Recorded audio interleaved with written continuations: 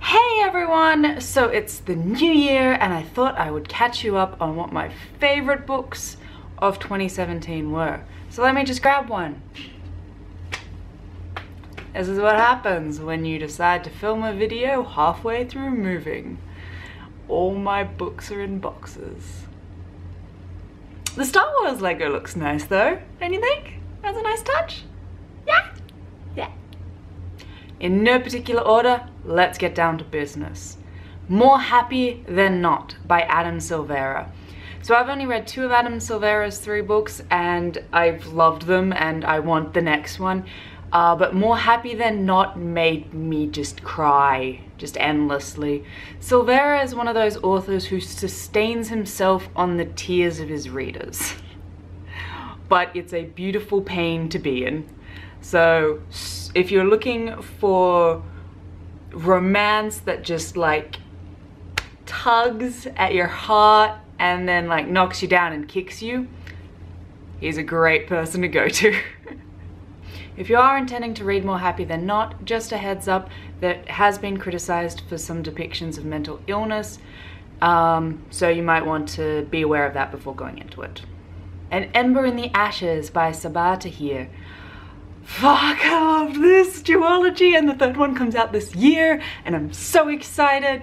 So it is set in this ancient Rome inspired world.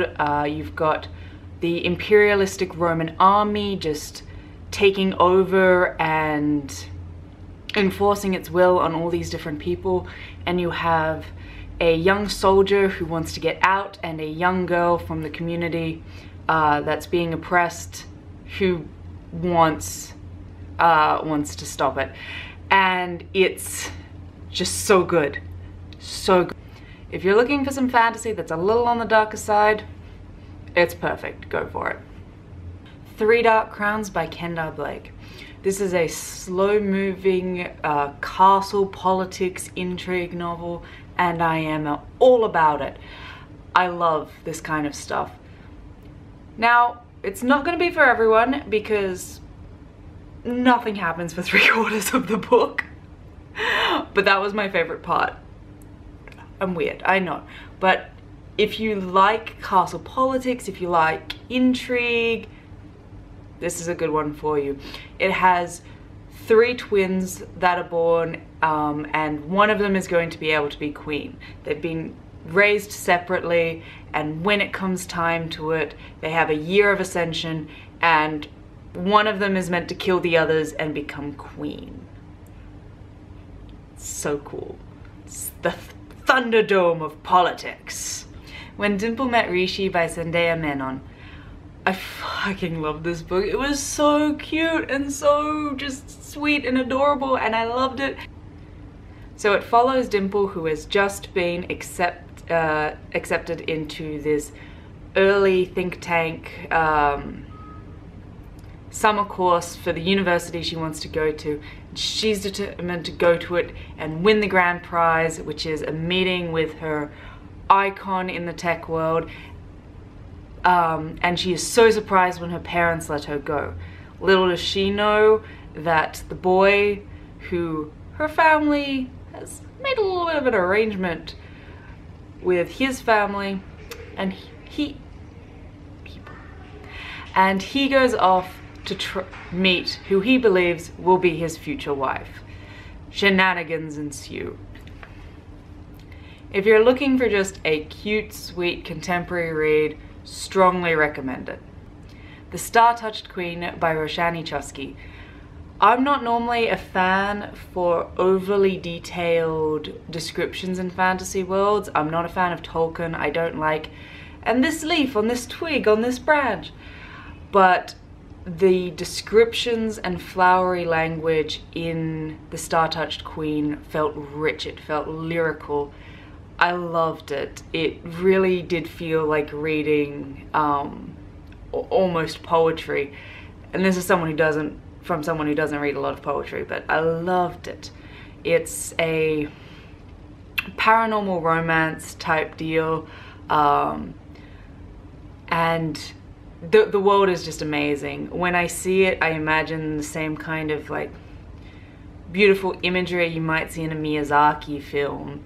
Just surreal and recognizable, but still magical. I strongly recommend it. And finally, Want by Cindy Pon. So I love cyberpunk, and it was so great to see a cyberpunk YA novel. And this was just set in the future in Taipei, and it's too polluted to really go outside and not get sick. But the 1% have suits that keep them insulated and protected. Everyone else, of course, does not have these. So it's a tale of corporate espionage as they try and bring down the company that creates these suits so that the 1% finally has reason to act on the pollution, to do something, because as long as it doesn't affect them, well, they ain't gonna do anything. It's a phenomenal read, and also it has a romance that just left me squealing a bit, I must admit. If you like sci-fi, or if you're even just like want to get into it, it's a very approachable read. Like it's not heavy sci-fi. You're not going to get scared by by too many like outlandish technologies and descriptions in there. Strongly recommend. And Ruse, the next one, doesn't come out till 2019. I have a problem with this. I have a severe problem with this. That's all from me. Let me know what books you read and loved in 2017 down in the comments, and which books you're excited for in 2018. I'm excited for Children of Blood and Bone, because it looks fucking amazing. And The Bells. And there's so many good ones coming out this year. 2018 looks like it's going to be an amazing year for YA. I'm excited. Bye.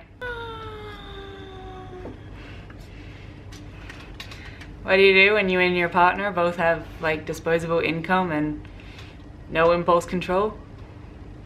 Collect Star Wars Lego. Pew pew. Pew pew pew pew pew. I'm not gonna break them. They already break too easily.